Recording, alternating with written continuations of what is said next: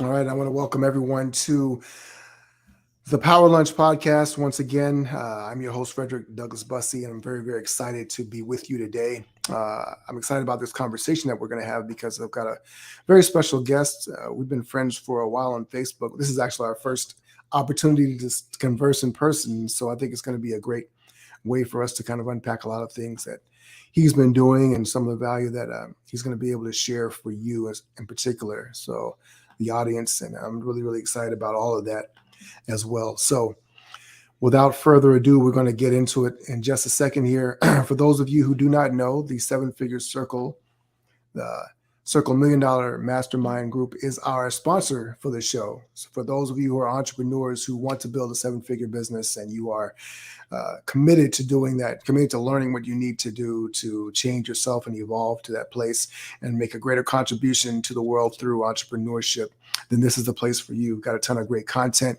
kind of great information. We're actually doing another masterclass in there tomorrow. For those of you who are watching this live, we're doing a masterclass in the group around trademarks, and we're going to have an amazing conversation around that as well. So I'm super, super excited to have that and can't wait for you all to be able to begin. I am, as always, doing this thing live and having great fun doing it. So I'm just really glad to be here with you all.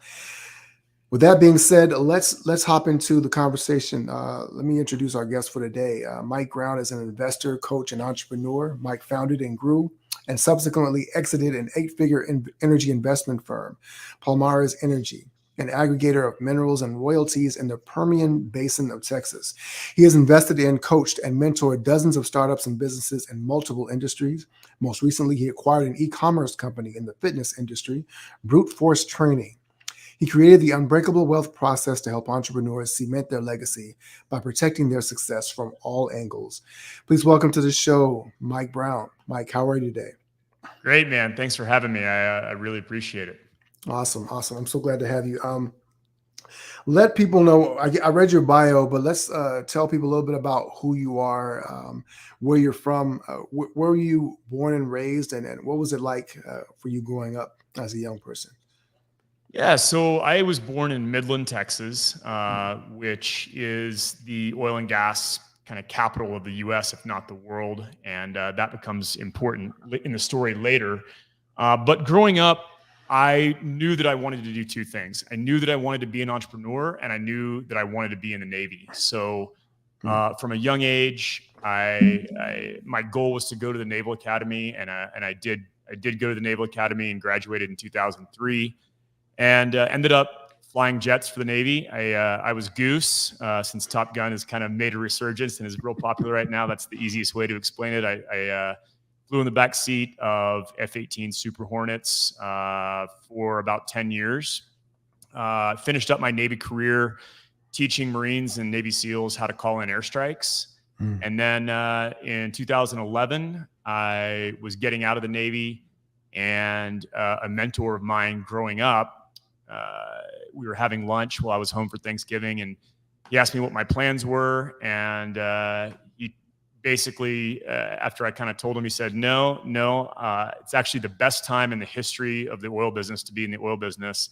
And I'd like you to come move back to Midland and work for me. And, he was not a billionaire at the time, but he was making a run. And even though my family, my dad was an engineer, and we were squarely middle class, didn't have a lot of money. I did know, I did have access to people that did growing up, and this guy was one of them.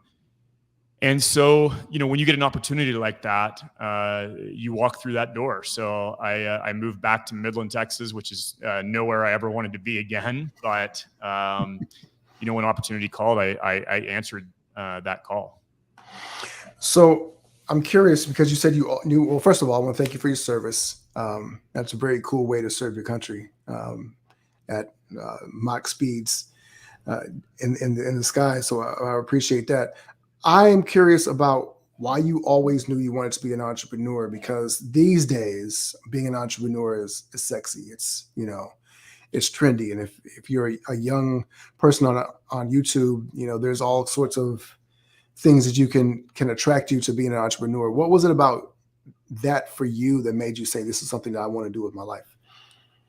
Yeah, I mean, Top Gun kind of inspired a generation of fighter pilots. But for me, it was reading Atlas Shrugged when I was 16. I read that book and it completely changed my life. And I said, I want to build a company um, from that day moving forward. So it was just a really pivotal moment of saying, oh yeah, this is what I'm meant to do. And yes, I want to go serve my country, and I want to do that. And it's an incredible way to spend your 20s. But I knew I was never going to make that a career. I wanted to be the captain of my own ship, and I wanted to be able to have the ability to create the life that I wanted. And entrepreneurship seemed like the best way to do that. And it turns out it probably is. Did you know what type of businesses it was that you wanted to build, or was it just anything that kind of caught your attention? Yeah, I definitely had no idea when I was young that I would return to oil and gas like I did. But, I did know that, I wanted to start something and grow it and have that experience. And so, when I was getting out of the Navy, I actually thought I was going to go into kind of government contracting. There was a lot of opportunity at that time. The Navy was outsourcing a lot. So my plan was to start a government contracting agency when I had that life-changing conversation with my mentor. I'm curious about your upbringing as a family. You mentioned that you grew up middle class, but you knew people that had money and means, so you had access to that, and it was kind of a thing that wasn't foreign to you. And that's not always the case for people. Some people grow up on, they are surrounded by wealth and things of that nature. It's interesting though that you grew up middle class, but you knew people that had money. How, looking back now, did that impact your journey as an entrepreneur? Because we know that the way that we think about money shapes a lot of the way that we interact with success, right? Even our own internal success. So, and I know we're going to pivot and talk a little bit about what you're doing now. So I'm very curious about that arc even now. Yeah, it's a great question, and I think one that people often don't stop to think enough about is where do our beliefs about money come from, and where do our subconscious programs about money come from, and looking at how our parents interacted with money, looking at how our life was affected by money, does end up driving us in many ways, and it can be, like it was in my case, can be a driver for success, but it can also become a limiting factor if we never stop to go back and understand how those stories, those money stories, are affecting our subconscious. So there was 5 kids in my family. Again, my dad was an engineer for a large oil company, but in the 90s, oil was $8 a barrel. And so it was not a very sexy business to be in. And money was tight in my house. Like I said, we were middle class. We never, struggled for food or anything like that. But, I grew up in Midland, which is the second wealthiest town per capita in the US after Greenwich, Connecticut. So there is a tremendous amount of wealth all created from the oil and gas industry in that place. And so I went to school with and was friends with people whose dads owned oil companies and just had a tremendous amount of wealth. And so, seeing that and seeing my dad, struggle and worry about putting kids through college and my dad is a huge inspiration to me. He made a lot of sacrifices when I was young that I didn't necessarily understand. My 16-year-old reptilian brain, I would look at my dad and go, like, why are you driving this shitty car when all my friends' dads have cool cars? And, I said, when I grow up, I'm going to be able to buy whatever car I want. That's a money story that was embedded from that young age of like, I've got to go do this so that I don't have to sacrifice the way my dad did. At the time, I didn't have an appreciation for what that sacrifice meant. But now looking back, I just have an incredible amount of respect for my dad. And I've been able to, tell him that how much I appreciate the sacrifices he made so that he could raise 5 kids. And we never wanted for anything. But my dad loves cars too. He wished he had a cool car, but he was willing to put us ahead of himself. And so that's also a value that really shaped who I am. You were talking about the car and just how that had impacted you. Um, when you think about it now, because as you're an adult, right? Um, are what kind of goes through your mind in terms of how you interpret what your father was experiencing? And do you think that there was any way that it kind of translated to you? Because I think about the fact that, for instance, I grew up and we were middle class. My father was a minister, right? So, but not in the mega church fashion, right? So we didn't have the mansions and the Rolls Royces. It was a pretty low key existence, and we were like you said, not hungry, but um, there are ways that we identify with our parents and things of that nature. You mentioned not wanting to drive a crappy car. But looking back now as an adult, how do you feel like that impacted him? And were there any stories that translated to you, maybe even now that you're recognizing? Yeah, I mean, a couple of things. One is, this is around the time that I'm deciding I'm going to be an entrepreneur, because that's the way to get this life. And back then, I can remember like not understanding, or maybe even having some anger, like, man, like, and my dad is a brilliant engineer, and I knew that. And so I was like, why don't you go start your own company? Like, you're as smart as these other guys, in fact, smarter in a lot of cases. And I couldn't understand why, he was more risk averse and wanted to be an employee. I didn't understand that mindset. Now I actually understand that I'm the weird one, and that entrepreneurship is not for everybody, and that you have to have a tremendous amount of risk tolerance. You have to have kind of certain DNA to be an entrepreneur, and that I certainly learned to have a lot more respect for people that are professionals and want the safety and want the stability of working for larger companies. But at the time, that was definitely not something that I just didn't have the understanding of what that was like, and why he would want to do that.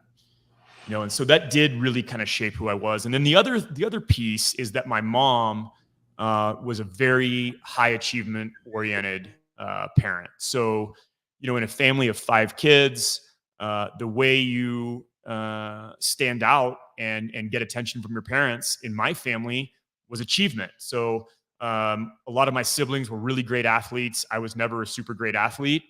And so, for me, the way to stand out in my family and get love or attention, essentially, in my young brain, was to do really well academically. So, again, I kind of developed this subconscious pattern of achievement equals love. If I just go out and win awards or win accolades or build a company or be a fighter pilot, that will result in people loving me, right? And so, by the way, that's a really, really beneficial pattern to develop, if you want to, go on to be an entrepreneur and achieve at a very high level. That pattern served me really, really well. Unfortunately, what happens though is once we start hitting those goals, once I got to the place in my life where I had done all the things I was supposed to do, I had built a company, I had been to combat, became an athlete later in life. I was doing Ironmans and all kinds of other stuff. I was racking up all these achievements, and I still had this giant hole in my soul. So I had to go now figure out, okay, wait a minute. If achieving all of these things isn't giving me the love I desire, where can I find that? And so that kind of started me on a very new path after exiting my company. So, and I want to talk a little bit more about that, but first I want to kind of dive into the company that you actually built. So you flew planes for 10 years. And I'm assuming that was your deployment, your length of service, your commitment. Yeah. And so when you got out of that, as you're starting to transition, is it now, you mentioned government contracting, is it now that you're starting to think about, okay, what kind of now I get to do the thing that I really want to do? Yeah. What was that process like, making that transition, and kind of talk us through that process of starting to found this company? Yeah. So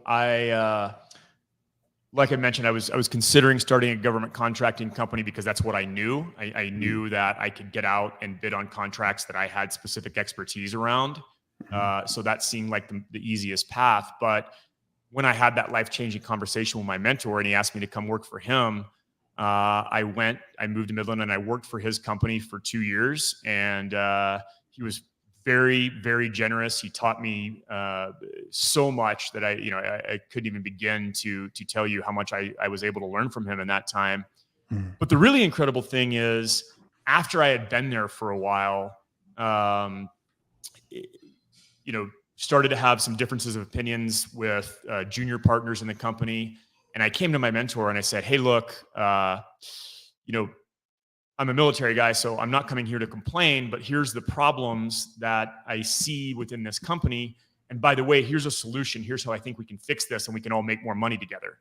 And he looked at me and said, basically, yeah, no, I'm really aware of these problems, but I'm in a place in my life where I don't want to rock the boat. I don't want to upset my other partners. So if you think you have a better way to do this, why don't you go out and do it on your own? And I'll support you in doing that. And I've always really appreciated that opportunity and his commitment to the idea that the pie is actually big enough for all of us, and that even though I'm going to take the skill set he taught me and ultimately become a competitor, he's actually great with creating that opportunity for other people, and was really incredible in that way. And for me, that also shaped who I eventually became, of wanting to help other entrepreneurs create that life for themselves.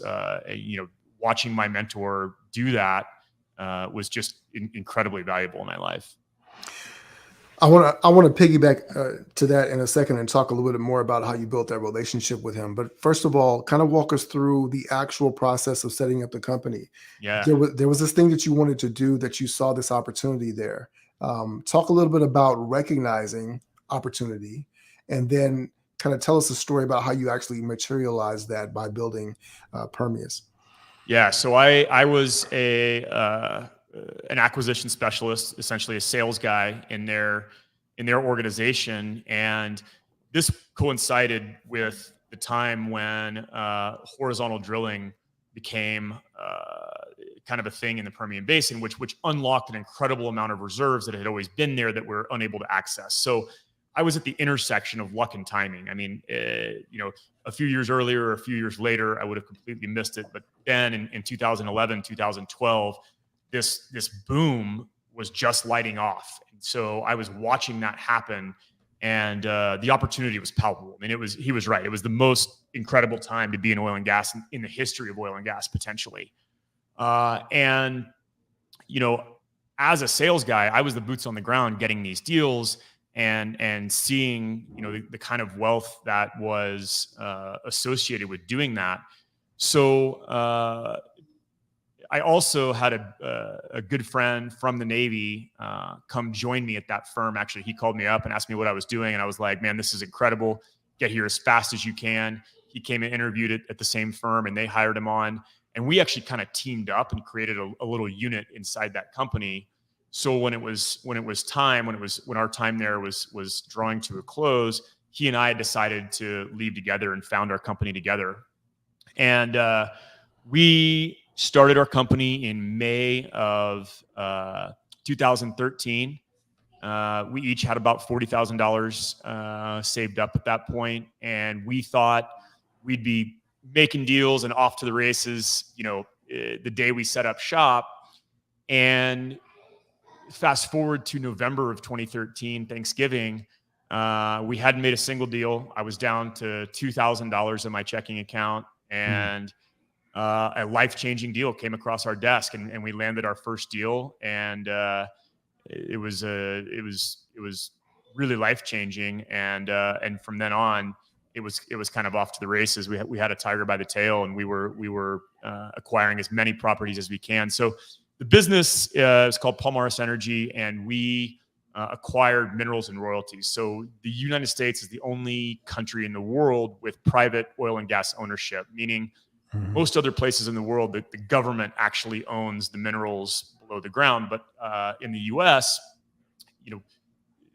we have private ownership of that. And somewhere early on, 1920s, 1930s, we actually see people start selling off the surface, but retaining the mineral rights. And then they pass those mineral rights down through generations.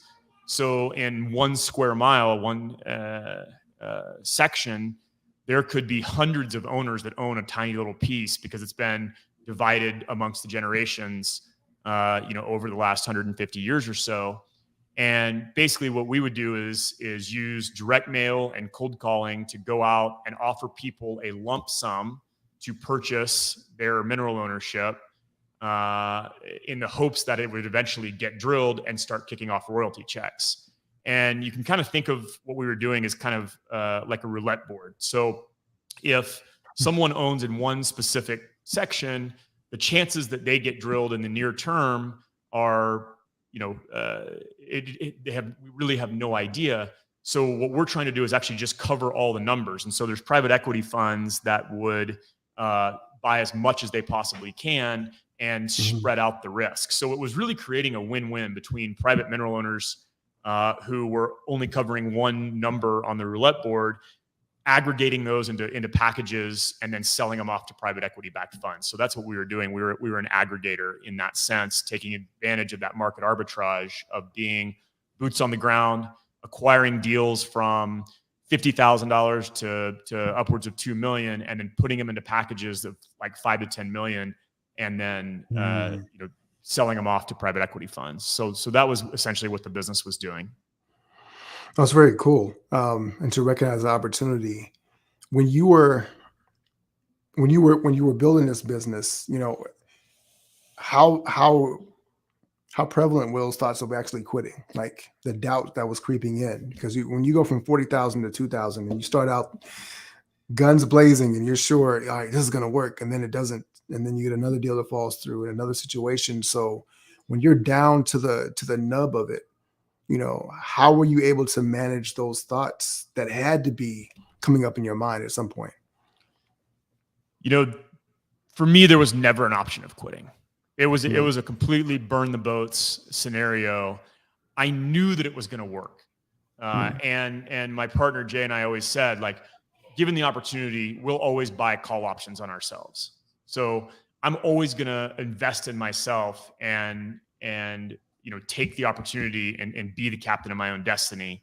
And so even as my funds were dwindling down, I would look in the mirror and I believed that we were going to make it. And I still believe that we were doing the right thing. And this is also an important opportunity, I think, to talk about privilege. Like we've talked about, I was squarely middle class, but I had the privilege of the fact that if I did run out of money, like I could go move back into my parents' house and still be able to eat, right? That's a privilege that a lot of people don't have. And so, I think that in this day and age, privilege is a lot of time used as a weapon, and it's kind of a dirty word nowadays, but it's super important to recognize that I was able to start this company, number one, because of where I grew up. I grew up in this incredibly wealthy place with access to oil and gas that most people are never going to have access to. And I had, some sort of safety net with my parents. Again, it wouldn't have been a very fun existence moving back into my parents' house, but that opportunity did exist. So that allowed me to push beyond and really believe in myself and know that failure was not an option, but have a little safety net on the backside. No, I think it's very important. And I appreciate you pointing that out. I think what's interesting is that in some ways, even our biggest challenges can be versions of privilege, depending on our perspective, right?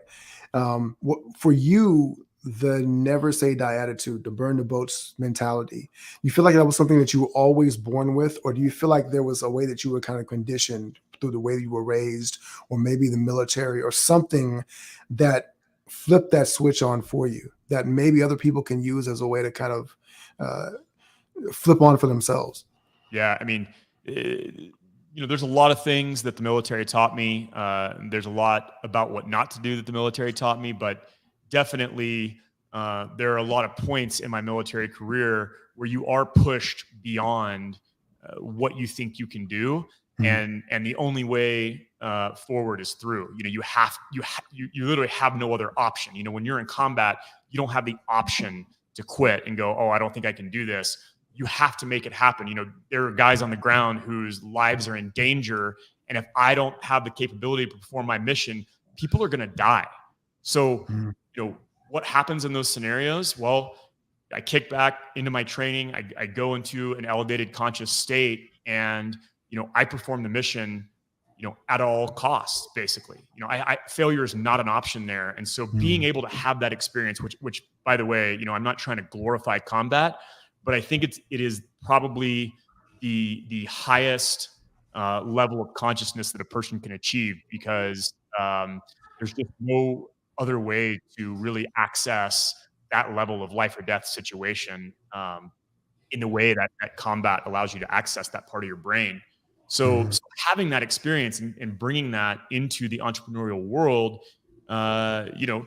we have this mission focus, and failure isn't an option. And having lived and embodied that previously in my life really allowed me to do the same thing as an entrepreneur. And then to piggyback on that, like Jay and I would always say, like, there are no emergencies in the oil business. So regardless of having $2,000 on my checking account, like, I'm not over Iraq getting shot at. I'm not losing an engine trying to land on an aircraft carrier. Like there's a perspective that having that military experience brings, really kind of a peace, kind of a calm, when other people might be losing their heads in the business world. If a deal's blowing up late on Friday afternoon, it's just not the same as being in a life or death situation. So there's a levity that comes, I think, with that experience that I was definitely able to tap into. I want to talk about. I appreciate that perspective. First of all, that's powerful, because having been pushed to the edge like that and seeing what life or death is really like. And I think a lot of times when entrepreneurs or people in general, our minds create this higher stakes to our average situation or whatever. And when we really have the perspective, we can really control our destiny a lot more powerfully. One of the things that is fascinating to me about what you built is the fact that you had a partner, right? And so I want to talk about how you and Jay came together to build this company together, but also the relationship that you had. I've been in partnerships. Some have been successful, some have not. And a lot of people, can testify to the fact that being in a partnership in business is a lot like a marriage, right? And we know how marriages can go. So can you talk a little bit about what it was that allowed you to be successful, and what that relationship has been like in building this company that you had together? Yeah, man, partnerships are a lot like marriages. And when we were starting out, Jay and I were like, hey, we flew a bunch of combat missions together. We worked pretty well as a team, so it seems really natural to go into business together. And it was a 50-50 partnership, which can be incredibly challenging, because especially if you have differences of opinion, that can really hurt the business over the long run. So we had a couple of guiding principles that really helped us. Number one was we had these two chairs in our office that we called the battle chairs. And anytime there was any kind of disagreement or maybe resentment building for whatever was going on in the company, our agreement was to sit down in the battle chairs and just hash it out right then and there, and not let things grow over time. So our commitment to each other was, hey, I respect you enough that if I have a problem with what you're doing or with the decisions you're making in the business, I'm going to call that to attention right now, and we're going to figure it out. And we're going to sit here until we come to a solution, because the worst thing that can happen is that resentment grows over time. But even despite that, we certainly had our struggles. In fact, at one point, we actually were really fortunate enough. We were on a podcast with Esther Perel called How's Work. We were actually episode 1 of her podcast. We got to sit and with the most brilliant therapist probably in the nation, if not the world. And there was a lot of stuff that came out through that conversation of, all of these underlying currents and things that we didn't really understand. And so I would actually really encourage people in a business partner relationship to seek therapy, to go to actual therapy and work on that relationship in the same way that you would invest in therapy in a marriage, because it's really super important. And I mean, look, Jay is one of the greatest friends of my life, and building a company with someone, especially when you're in the trenches early on, when you've got nothing to lose, burn the boats, is really an incredible life experience. And since that time, since we exited our company, we've done a few deals together, and we've kind of gone separate ways in some aspects, and have different goals and different passions now. And so, today, he's still one of my greatest friends on the planet, but we aren't as deeply involved in business anymore because, again, we were able to recognize, hey, we both want to go in different directions and we have different goals. And so exiting that partnership, I am so grateful for what I learned and what I was able to build with him. And I am so grateful for all of the things that he brought to the table. I mean, he would always joke, like, I was the idea guy. I was the one with reckless abandon that would throw myself into these new ideas. And he was the guy kind of regulating me and going, hey, okay, this is a great idea, but how are we actually going to implement this? Right. And so he really brought a great balance to the partnership. And I'm deeply, deeply appreciative of that.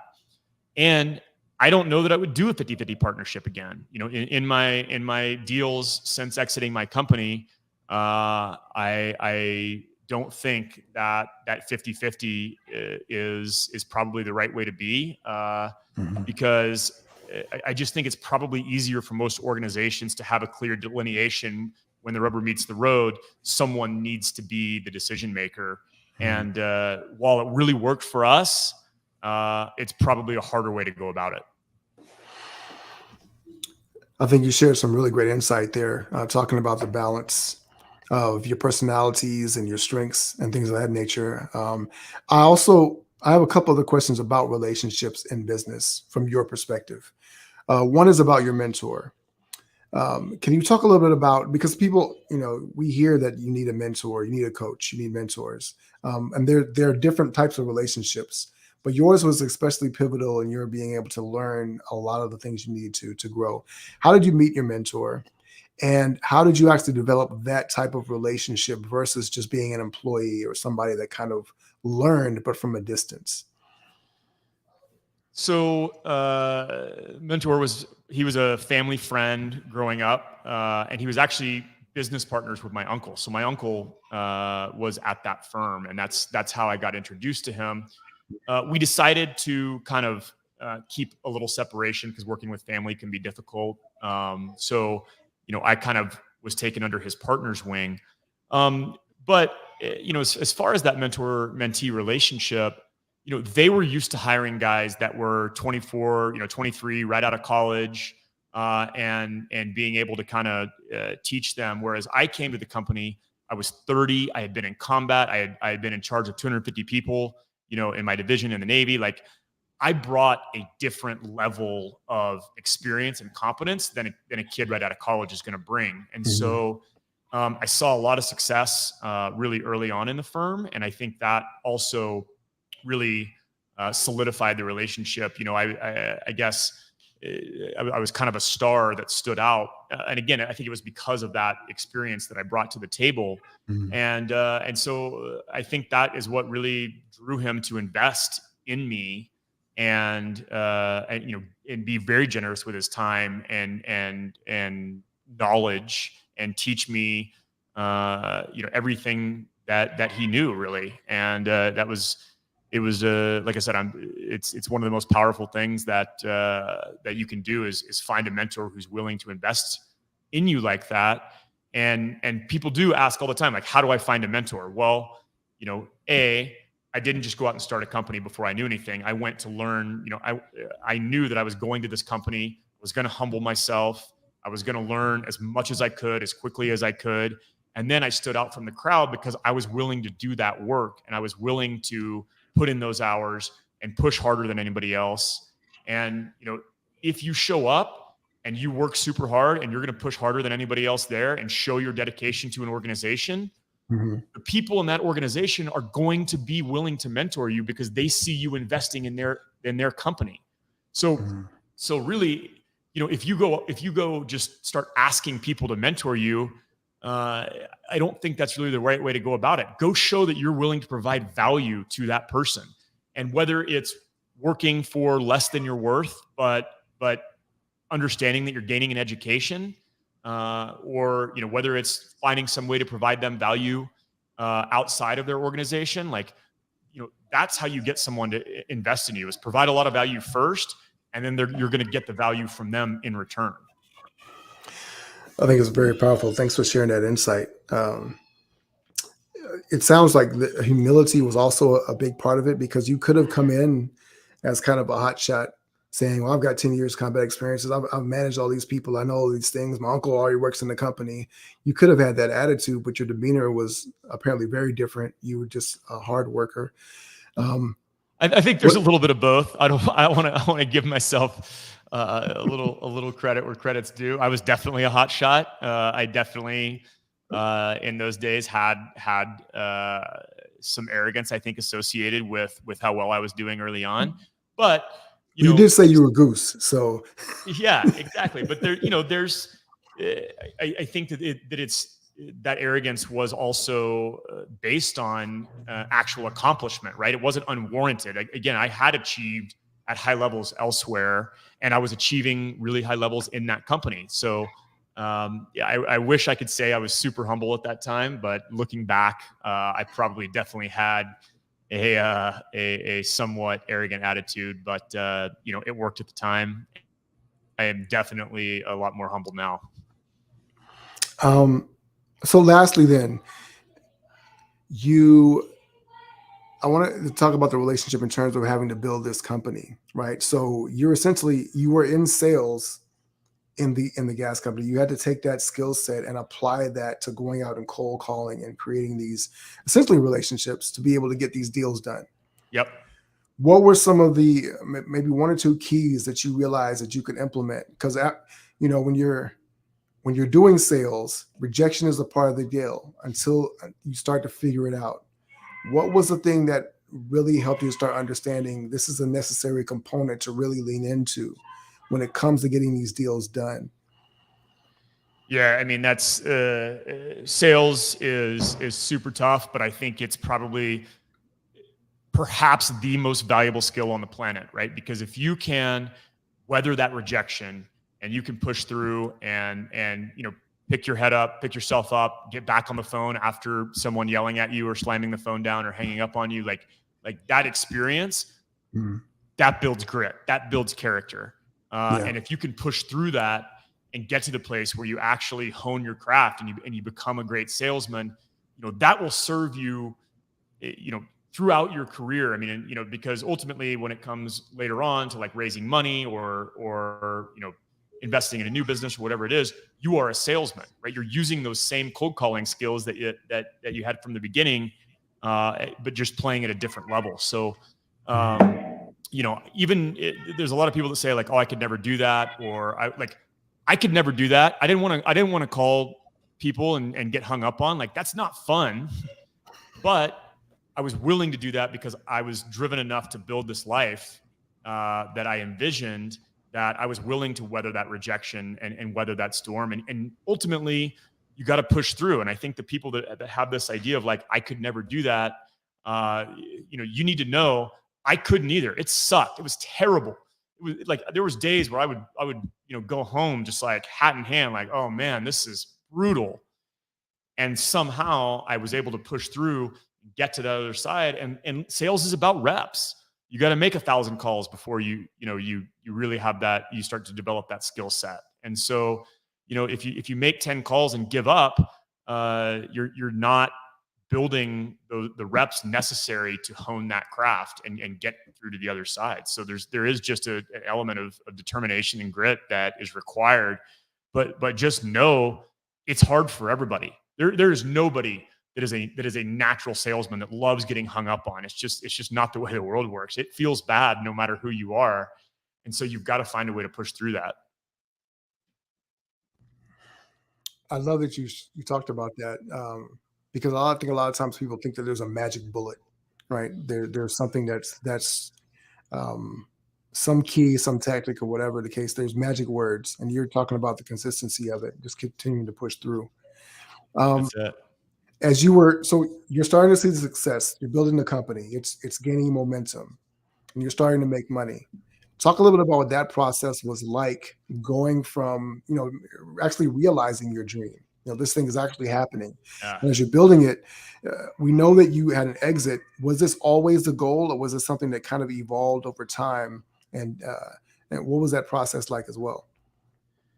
So as we start seeing success after that first deal in November 2013, we, again, at the intersection of luck and timing, I was the CEO, but I was also kind of the chief investment officer. So it was really my direction that we would decide what we wanted to target. And I honed in on a particular area that I looked at the data and I said, I think this is where they're going to come drill. And I think this is going to be the next hot spot. And we were super fortunate with our timing. We were first movers in that space. And so really quickly, we started getting a lot of deals because we were able to use the data and make higher offers than people in that area had ever seen before. And so it just started compounding really, really quickly. But a couple of things were the keys to our success. Number one is I never invested in a deal that I didn't believe in myself. So one of the lessons that my mentor taught me was don't be a shit salesman. If you don't believe in what you're selling, if you're just trying to put lipstick on a pig, that will come back to bite you at some point, right? Right. He would also say, you can shear a sheep many times, but you can only skin it once. And so, I ultimately placed a lot of value on our end user, on the private equity funds that were buying our deals. And I was making sure that we were leaving meat on the bone for them. So we were making our margin, but I wasn't trying to make the most money. I was making sure that they knew that there was room on it for them. Because if you do that, again, if you provide that value, now you're going to build a loyal customer base. Now those guys are going to go, hey, those Palmares guys treat us fairly. They bring us really great deals, a lot of upside left on the bone for us. And we're going to keep coming and hitting that well over and over and over. So building those relationships was super important. And then, maintaining integrity in every transaction that we had. So if something went wrong later on, if title failed or the deal wasn't as good as they thought it was going to be, we made that right, oftentimes out of our own pocket. And that only happened a couple of times in our career where we had to come out of pocket and make something right. And there's one in particular I can remember, and this particular investor is a really, really good friend now. But he came to us and there was a deal that they thought we had miscalculated on. And I didn't think that was the case. And I went to him and I laid out my case and they were like, yeah, I don't think that's right. Here's what we think. And even though knowing in the heart of hearts that I was right, we wrote them a check and squared up the difference. And, that solidified that relationship way more than if I had gone, sorry, bro, we're not gonna do it. Like, yeah, short term, it hurt, right? I didn't have the kind of money that I needed to in order to make it right. It was a pretty big discrepancy, and yet that reputation grows when you do something like that. When you make it right and put yourself on the line to honor your integrity at all costs, people are going to hear about that, and all of a sudden you're going to attract way more investors or customers or clients, whatever you're trying to do, if you maintain that integrity above all else. So that was what really allowed us to go from kind of that startup, tiger at the tail, to move kind of upstream and become more successful, is honoring that integrity and making sure that I was never buying things that I wouldn't buy for my own portfolio. No, that makes a lot of sense. Integrity. It's interesting because I kind of want to tie this into the conversation about wealth in general. There is a belief that a lot of people have that you have to be greedy, that rich people are are wicked or evil or selfish or some maniacal combination of all three, right? But you innately recognize that integrity was the most important part. Um, was that a lesson that you learned in observing other people that you had either seen around you, or was it just something that you just kind of internalized from your own moral compass, if you will? Because, and I'm asking this question because you were exposed to a number of successful people in that very industry. And I know that the oil and gas industry can be rough and tumble. It has a reputation Yes. indeed. Yeah. And many people have the opposite opinion of oil and gas companies. So being in that space, what was it for you that allowed you to lean into that in particular? Yeah, no, you're exactly right. There is a lot of mistrust in that industry, and for us, for Jay and I, it was integrity is driven into you in the military, and especially when you're flying $80 million aircraft, you have to fess up to mistakes that you make, because if you don't, you could be endangering people both on the ground and or the people that you're flying with. So it was ingrained in us, when we were growing up in the fighter squadron, that integrity was the number one value. And so I think it was just natural that we brought the same thing to the oil and gas business. But look, it's a hard road. I mean, there was times where we were probably too trusting of other people. And what happens is, if you act out of the utmost integrity, you have this innate belief that maybe everyone else is doing that too, and it's not the case. And we definitely fell victim to different things that happened over the years, where we were too trusting of other people. And yet I wouldn't take that back. You know what I mean? Like I would rather be trusting and extend people the same trust that I give, um, rather than being skeptical anytime someone walks in and saying, like, how am I going to cover myself here? Make sure I'm coming out on top of every deal. And you see that a lot. I mean, you see that a ton in business, and by the way, you can feel that, like, when you are around someone and you can tell that they're in it for themselves, and like, yeah, we're going to do a deal, but they're going to get the better end. They're going to get the upper hand every time. Like, you can feel that. And you've got to isolate and protect yourself from those people and trust your gut. If you feel that that's how they're coming to the interaction, you're probably right. And if you don't honor yourself, I mean, one of the things I had to learn, and I'm still in this process of learning how to honor myself. And when I have a gut feeling that someone doesn't have high integrity, or is out for themselves, learning how to honor those inner voices and saying, you know what, even though there's a lot of upside here for me, I'm not going to do that because this person does not feel like they have the utmost integrity on the line here. I think that's a powerful, powerful revelation. I think we're often at odds with ourselves, aren't we, about what to trust and what to lean into or pull away from. So I think that's a great insight. As you were building a company and it became more apparent that you wanted to potentially exit, can you talk a little bit about what that realization was like and what that Yeah. process was like for you and Jay? So like I talked about, the idea that we were in buying deals that we would invest in ourselves. As we started to see more success, our goal was always to keep as much property as we could for ourselves and build our own portfolio. Because if we believe that we were selling great deals to our investors, that means we should be investing ourselves. So we built a significant portfolio over time. But as the years kind of went on, and the opportunity started to mature, um, it started feeling less and less like there was more upside left on the bone. Our margins started to get squeezed. A lot of competition came into the space. It got harder to get deals.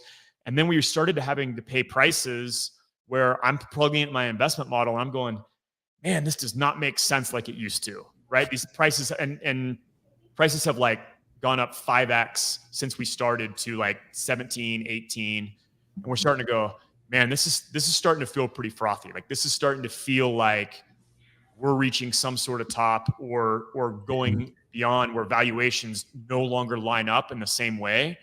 And if my spidey sense is going off that I can't provide value to my investors in the same way that I used to me, that's a cue now that it's probably time to exit my own portfolio. And so, Hold on, can I interrupt you for a second? So when you're yeah, saying 5x, are you talking about the actual prices of oil? You're talking about the valuations of the company? What do you mean exactly? I'm talking about the valuations of the deals that we were buying. So this Mm, may not mean a lot to people listening, but we were buying things early days at like $3,000, $3,500 per acre. And by the time, 2017, 18 rolled around, we're at like $15,000 to $20,000 an acre. So mm. that's how much the entire area where we were buying elevated over that time. And that does a lot. Like when you're starting to look at the ROIs and the IRRs on those deals, it's not quite the same as it was 5 years ago. And so Is when it that started because reaching those, yeah, go ahead. I'm just sorry to interrupt, but is that because more private equity was coming into the space? So because they have more money to spend, they're just willing to blow it out to get more deals. Totally. And the plays getting more proven out over time. So Mm, every place that they develop and it goes well, now that attracts more investment and it kind of unlocks other areas for drilling. And so it gets bigger and bigger and bigger. There's more and more and more money pouring into the space. And yeah, I mean, the amount of capital that was poured into the Permian Basin from 2012 to now basically is staggering. And it mm, was really a hyperbolic type growth situation. And so, mm. but us as a small fish, or if I'm really being aggressive, maybe a medium sized fish in that pond. When the big players come in and they go, oh, I see what you guys are doing, we can do this a lot more efficiently. We started to get squeezed, and so at that time, we realized that the way we had been doing things and the window was sort of shutting on our particular business model. And Mm. so I think the writing on the wall for an exit became pretty apparent, and we decided to take our chips off the table and go elsewhere. So at the height of it, how much revenue were you doing a year? Our best year, we did well over $30 million in Mm, deal flow. mm. So yeah, I mean mid eight figures. Yeah, yeah. So that's a pretty hefty return, but it's crazy to think that there's so much more money that could actually start squeezing out your margin. So you're starting thinking about that turn. How long was it before, from the time that you decided that you were thinking about selling to actually getting out? Yeah, it took us about a year to market our package, and we finally found a buyer that we really trusted, because it's again, it's not just about getting the top dollar. It's about finding the right buyer and that you're Mhm. compatible with. We didn't want we wanted a clean deal. We didn't want someone that was going to continually be coming back to us or whatever. And so we had a partner. We had been a partner with them for a while, and took the package to them and actually came to a deal very quickly. And they were super high integrity, and they closed. They did everything they said they would do. And so it was a really fortunate situation. But yeah, it took about a year to find that solution.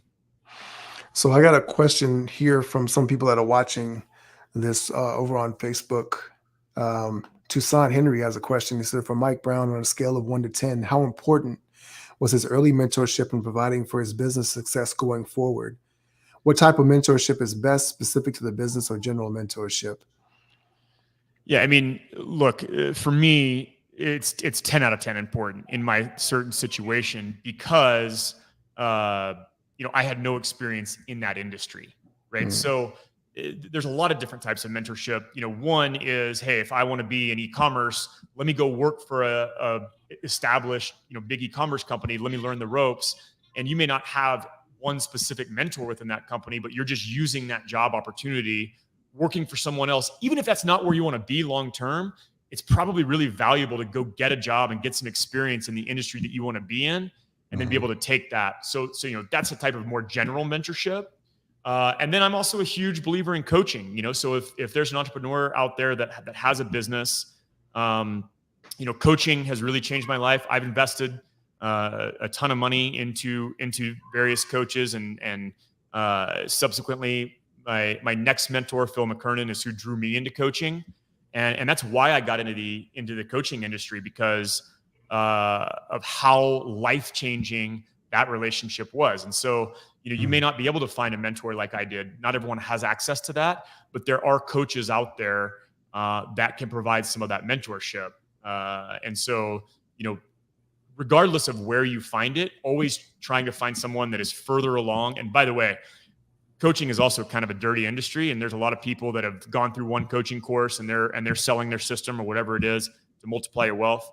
If you're looking to hire a coach, you need to find someone that has done the thing that you want to do, right? I think that's super important. There's a lot of coaches out there teaching you get rich quick systems or whatever it is, but they've never actually done it themselves. And I would just be super skeptical of those individuals, because the experience that I get to bring to my coaching because of what I've done. And by the way, I'm only going to take a certain type of client on. I'm not just going to take anybody. I'm going to make sure that they are the kind of person, again, integrity, right? Like, I got to make sure that I'm going to deliver the result that person is seeking by hiring me. So there needs to be a level of integrity with a coach when you're engaging in that relationship. And coaches honestly should turn more clients down than they bring on, because not every client is going to be a great fit for every coach. I love that. It's true. It's funny because you were talking about the oil and gas industry, and I was thinking about coaching as you were doing that. Super valuable. Hopefully that's a valuable answer for Toussaint as well. As we're getting close to the end here, you also, in your coaching, you talk about helping people to build wealth and to transform their relationship with wealth around that. Talk a little bit about what that has meant for you. You exited the company. Obviously, you got a lump sum. I'm assuming it's more money that you had seen at any one time in your life. Yeah. Talk a little bit about that experience and why you have found it so important to help other people to understand how to build wealth and how to have a healthy relationship with it as well. Yeah. So, I sold my company in 2019, and you're right, it was a life-changing amount of money, and I should have never had to work again. And fast forward 2 years to last summer, I bought a distressed e-commerce company. I'm routinely injecting money to cover payroll. It's hemorrhaging money. I built a beautiful house, but at that time, lots of cost overruns based on supply chain and material costs rising.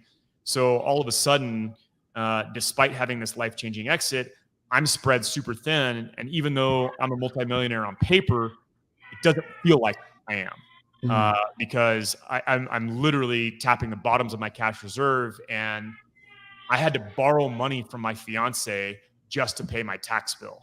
Now, again, I've invested in tons of companies. I've deployed capital rapidly into all these startup projects. And by the way, most of them are working.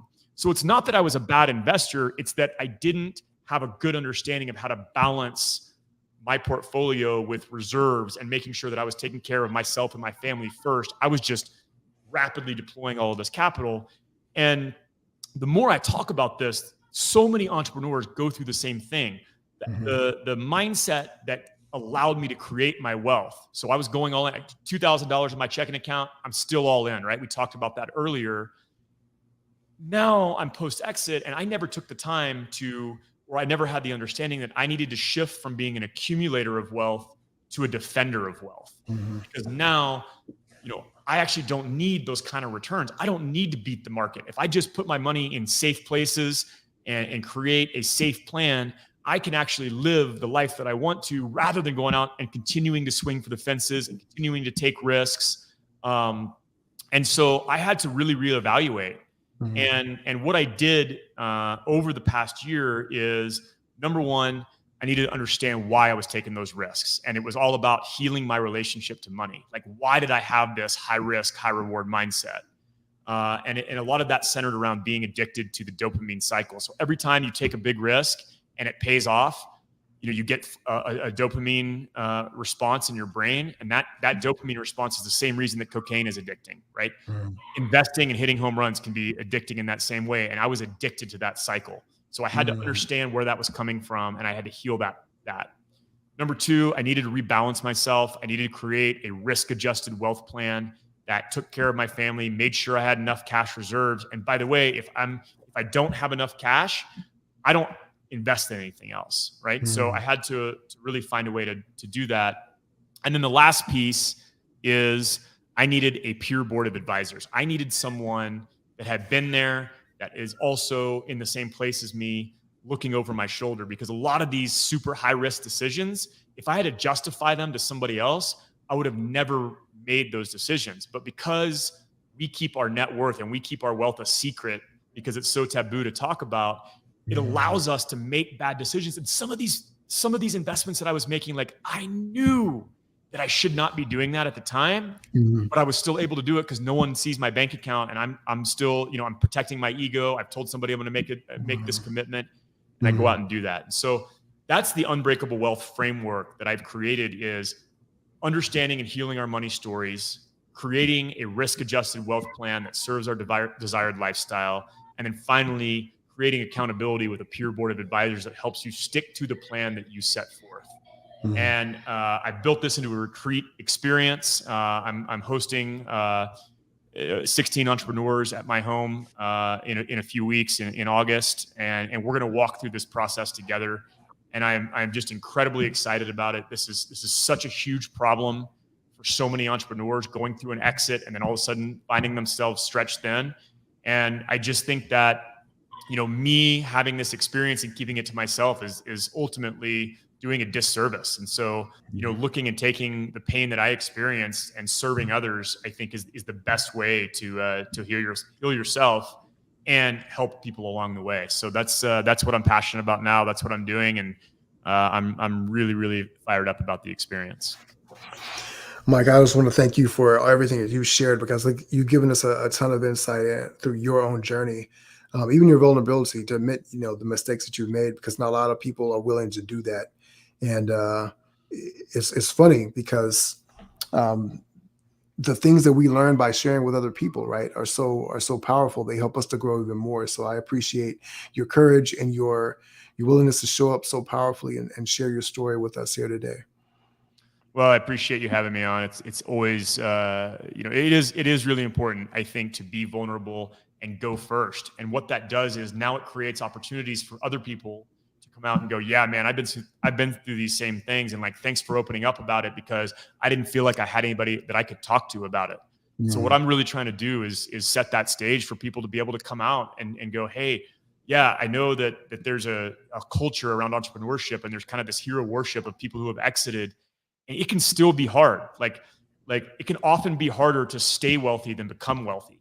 And that's not something that's talked about a lot. And so, going first and sharing my story, I think allows other people to come out and say, hey, I've struggled with the same thing.